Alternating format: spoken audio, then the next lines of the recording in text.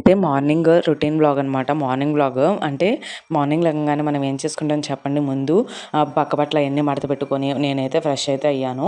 ఇంకా దాని తర్వాత అయితే ఇక్కడైతే నేను పులి బొంగరాలు అయితే వేస్తున్నాను. కొంతమంది దీన్నే పొంగనాలు అని కూడా అంటారు కదా, ఇంకా అవి అయితే వేస్తున్నాను. దోసపిండి ఉంది కదా, అందుకని దాంట్లో ప్లెయిన్ పొంగనాలు అయితే వేసుకుంటున్నాను. ఇంకా చట్నీ ఉంది నిన్నటిది, ఇంకా దాంతో అయితే తినేద్దాము అనేసి ఇలాగైతే నేను పొంగనాలు అయితే వేసుకుంటున్నాను.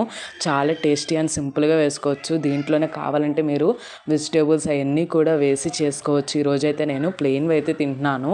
ఇంకా మీలో ఎంతమందికి పొంగనాలంటే ఇష్టం అనేది నాకైతే షేర్ అయితే చేసుకోండి.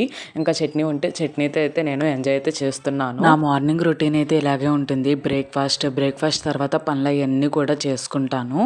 ఇంకా నేనైతే ఇట్లాగా చట్నీ అది వేసుకొని ఇలాగైతే తినేస్తున్నాను. ఇంకా నిన్న ఈవినింగ్ అయితే మా అన్నయ్య పన్నస్థానాలు అయితే పంపించారు చిక్కవరం నుండి.